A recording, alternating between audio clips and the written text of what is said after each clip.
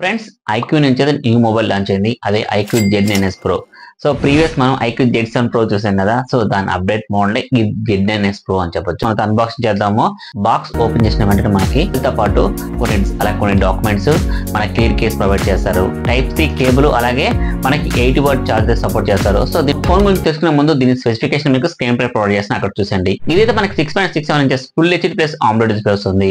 అలాగే మనకి ప్రాసెసర్ విషయానికి వస్తే Snapdragon 7S Gen 3 processor run అవుతుంది. 8GB 128GB బేసిక్ ర్యామ్ తో వస్తుంది. రేర్ కెమెరా అనేది 50 మెగాపిక్సెల్, అలాగే ఫ్రంట్ కెమెరా అనేది మీకు 30 మెగాపిక్సెల్ వస్తుంది. కాబట్టి బ్యాటరీ విషయానికి వస్తే 5500 mAh with 80W charger support తో వస్తుంది. ఇది అదిరిపోతుంది మీకైతే. సో ఇది దీని స్పెసిఫికేషన్స్. మనకి 2 కలర్స్ లో వస్తుంది, white and orange.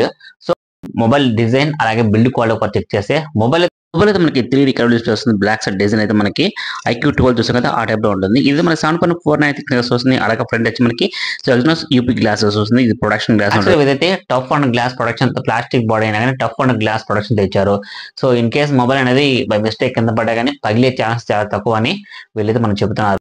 So in fact ఇదైతే మనకి IP64 వాటర్ రెసిస్టెన్స్ తో వస్తుంది. ఇక్కడ చూసారు అక్కడ మనకి సో గ్యాస్ టిప్ అయితే వస్తుంది. సో అదేమవుతుందంటే ఇన్ కేస్ వాటర్ డ్రాప్ కూడా మనం ఫిల్స్ కానీ వర్షపు నీళ్లు దాంట్లో మొబైల్లోకి వెళ్లకుండా అదైతే మనకి సేఫ్టీ ఉంటుంది. మనకైతే వీళ్ళు సో ఆరెంజ్ అనేది మీకు లెదర్ ఫినిషింగ్ వస్తుంది కాబట్టి సో టఫ్ అండ్ గ్లాస్ వస్తుంది కాబట్టి ఇన్ కేస్ కింద పడ్డ పగిలే ఛాన్స్ తక్కువ. బట్ వైట్ అయితే మీరు గుర్తుపెట్టుకోవాల్సింది, వైట్ కలర్ అయితే ఇది గ్లాస్ ఫినిషింగ్ వస్తుంది కాబట్టి సో టఫ్ ప్రొడక్షన్ అయితే ఇదైతే ఇవ్వదు. సో ఆరెంజ్ అయితే మనకి టఫ్ అండ్ గ్లాస్ ప్రొడక్షన్ వస్తుంది కాబట్టి పగిలే ఛాన్స్ తక్కువ ఉంటాయి. ఇదైతే మనకి 7.49 థిక్నెస్ తో వస్తుంది.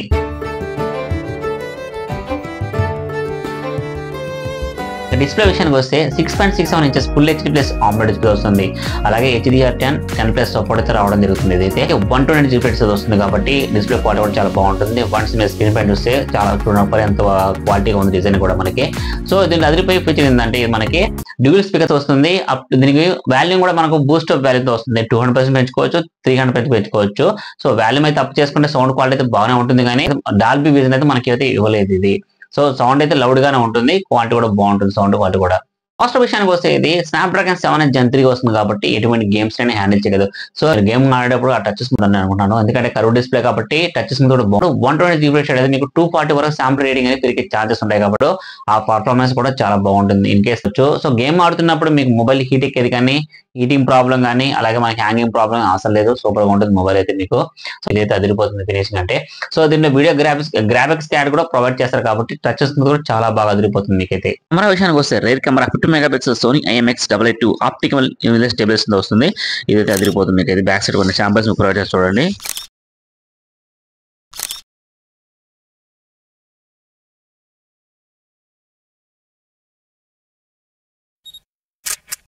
మెగాపిక్సెల్ అల్ట్రా వైడ్ కెమెరాతో వస్తుంది.